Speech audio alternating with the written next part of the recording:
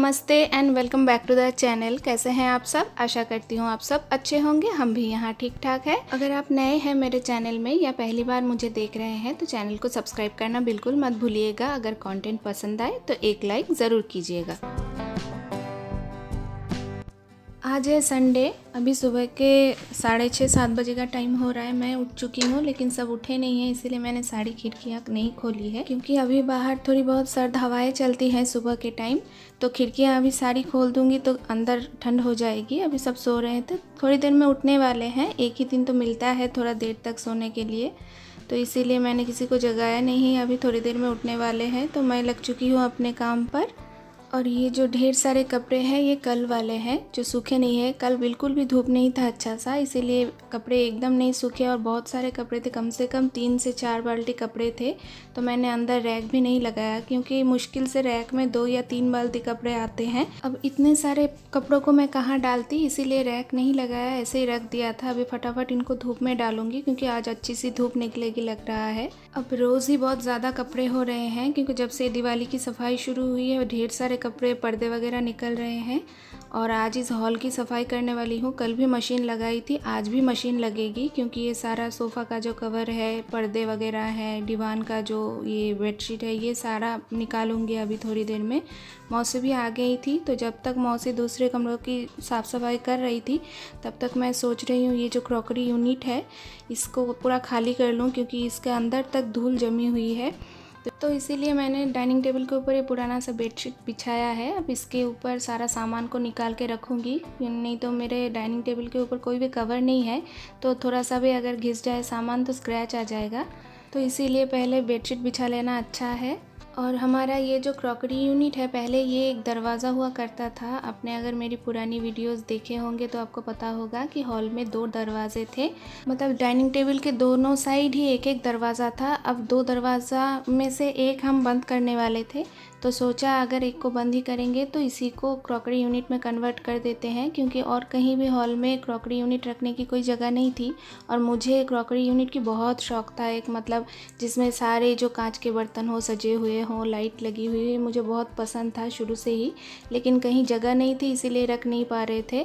और इसको अगर इस दरवाजे को क्रॉकरी यूनिट में कन्वर्ट नहीं करते तो और कहीं रखने की जगह भी नहीं थी, तो इसीलिए दरवाजे को ही ऐसे क्रॉकरी यूनिट में कन्वर्ट कर दिया तो जगह भी यूज़ हो गई और मेरे शौक़ जो था वो भी पूरा हो गया। तो इस तरह से मैंने कोने कोने से सारा सामान जो है टेबल के ऊपर ला के रख दी है।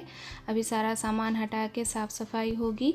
रोज़ वाली तो साफ़ सफाई होती है झाड़ू पोछा, लेकिन ऐसे इस तरह से जब एक ही जगह सामान बहुत दिनों से रहता है तो उसके पीछे जाले पड़ जाते हैं। सोफ़े के जो चेयर्स हैं उनके पीछे भी जाले पड़ चुके होंगे अभी तक, क्योंकि ऐसे डीप क्लीनिंग तो हर रोज़ होती नहीं है। तो मौसी ने कहा सोफ़े को और थोड़ा सा साइड कर लेते हैं ताकि बीच में थोड़ी सी और जगह बन जाए, तो हमने सोफ़े को थोड़ा और इस साइड कर लिया। और कॉर्नर में ये जो पीवीसी का बोर्ड है इसको जब हटाया तो इसके अंदर तो मतलब हालत ख़राब हो रखी थी, इतनी धूल और इतने जाले थे। तो मौसी ने पहले झाड़ू से झाड़ा, फिर मैंने उनसे कहा कि एक काम की वो लंबा वाला जो जाला झाड़ने का झाड़ू है उसको ले लीजिए ताकि ऊपर से नीचे तक अब झाड़ पाए और ऊपर जो दीवार पे जाले थे वो भी साफ़ हो जाएंगे।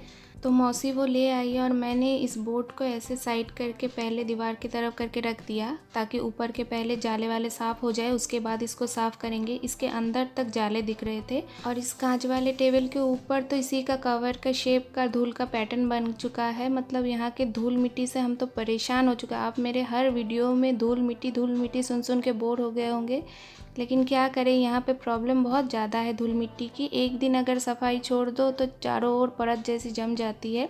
धूल भी नहीं है, ये बहुत ही पास एक सीमेंट प्लांट है, वहाँ का जो सफ़ेद वाला डस्ट है ये वही है। और ये अगर कोई कांच का सामान है तो उसके ऊपर और ज़्यादा दिखने लगती है। तो ये पीवीसी के बोर्ड को भी हमने अच्छे से मैंने पकड़ रखा था और मौसी ने पीछे से अच्छे से झाड़ दिया तो इसको लगा दिया साइड में। और ये मैं साफ़ कर रही हूँ ये कांच का टेबल, अभी साफ़ करके रखूँगी, शाम तक फिर से धूल की एक परत आ जाएगी इसके ऊपर। उसे 8:45 बजे तक आ गई थी, आज थोड़ी जल्दी आ गई थी। तो उसके बाद हमने अच्छे से नाश्ता वाश्ता किया, उसके बाद ही सफाई शुरू की है। और ये भी आज घर पर ही थे, संडे है इसीलिए इनसे कहा था मैंने ये पर्दे खोलने के लिए, क्योंकि ये अपने हिसाब से टाइट करके लगाते हैं तो मैं खोल नहीं पाती हूँ। तो जब तक मौसी साफ़ सफाई कर रही है, वो खिड़की झाड़ रही थी, तो तब तक मैंने सोचा कि ये क्रॉकरी यूनिट को भी अच्छे से साफ़ कर लूँ, क्योंकि इसका जो डोर है इसके नीचे थोड़ा सा गैप है तो धूल बहुत आती है इसके अंदर। और इसके बाद मैंने सारे सोफ़े का कवर हटा दिया, तो इसके नीचे भी धूल की परत दिखने लगी। तो मौसी को मैं वही बोल रही थी कि इसके अंदर तक आ गया है, मतलब ऊपर कवर है, नीचे एक परत सी जमी हुई है। तो मौसी बोल रही हैं मैं अच्छे से झाड़ दूंगी, आप सारा कवर निकाल लो। तो इसको मैं अभी मशीन में डालूंगी। इसी तरह से सब लगे हुए हैं साफ़ सफाई में। और यहाँ ये सारे पर्दे इन्होंने निकाल दिए थे, तो इनको मैं अभी मशीन में डालूंगी। तो मशीन में डालने से पहले पर्दों को मैं किस तरह से धोती हूँ, मशीन में डालती हूँ, यही आपके साथ शेयर कर रही हूँ। इसको ऐसे इकट्ठा एक साथ करके, ये जो आइलेट्स हैं, जो रिंग है, इनको आइलेट्स बोलते हैं, तो इनको मैं एक साथ एक जगह करके फिर कोई भी सुतली हो या रस्सी हो, इसको ऐसे कस के बांध देती हूँ ताकि ये अंदर से निकले ना। अगर निकल भी जाए तो ये रस्सी में अटकी रहे, मशीन में इधर उधर ना घूमती रहे। तो इस तरह से बांध के डालने से ये ख़राब नहीं होते हैं। और यहाँ पे मौसी जिस कपड़े से डस्टिंग कर रही थी वो सामने उन्होंने रखा है, लेकिन ढूंढ नहीं पा रही थी। इसी बात पे हम हंस रहे थे। और मौसी भी बहुत अच्छी है, मतलब बातें बहुत अच्छी करती है। जब तक काम होता रहता है और इनकी बातों से टाइम पास भी होती रहती है, पता नहीं चलता कब काम ख़त्म भी हो गया। तो इसी तरह से इस साइड की सफाई हो चुकी थी, अंदर अंदर कोने कोने से। तो हमने सोफ़ा सेट जो है उसको फिर से सेट कर दिया जहाँ पे वो थी। अब ये टीवी यूनिट बची हुई है, इसको भी हटा के साफ़ करेंगे। और इसके बाद मौसी ने पूरे घर में झाड़ू लगाई, उसके बाद पोछा भी लगा लेंगी। तो इसी तरह से साफ़ सफाई होती रहती है। मैंने पूरा क्लिप शूट नहीं किया, बीच बीच में चाय कॉफ़ी भी बन रही थी, क्योंकि सब कुछ साफ़ करने में, मतलब हॉल का कोना कोना साफ़ किया है तो इसमें बहुत सारा टाइम लग गया। अभी 9 बजे से हम लोग स्टार्ट किए थे, अब 12 बज रहे हैं। पहले एक बार चाय बन चुके हैं, अब ये दूसरी बार कॉफ़ी बन रही है। और इसके बाद मैं फटाफट गई, नहा के आई। उसके बाद मशीन लगाई थी, कपड़े डाले सारे, और फिर आई खाना बनाने के लिए, क्योंकि 12 बज चुके थे। पहले चावल रखा है।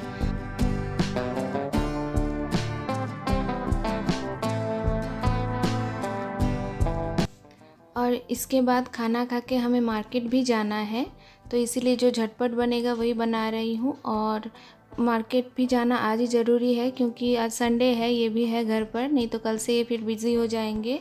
तो अंडे मैंने सुबह ही उबाल के रखे थे, तो अभी झटपट एक करी बना लूँगी, यही सबसे जल्दी बनेगी। और इसके बाद हमें फिर निकलना भी है।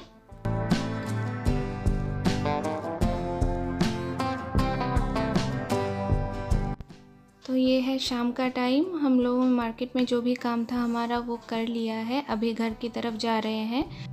और दुकानों में लाइटिंग लगानी शुरू हो गई है, मतलब लग रहा है दिवाली आने वाली है, रौनक लग गई है। कुछ दुकानें बची हुई हैं जहाँ पर अभी तक लाइटिंग लगाई नहीं है, 1-2 दिन में वो भी लगा देंगे। एक ही हफ्ता बाकी है अभी दिवाली में। सारा मार्केट जब जगमगाता है रोशनी से तो कितना अच्छा लगता है। और अभी शाम के 7 साढ़े 7 बजे का टाइम हो रहा है। खाना वाना खा के हम निकल चुके थे, तो हमने अपना सारा काम कर लिया। इसके बाद घर आ गए।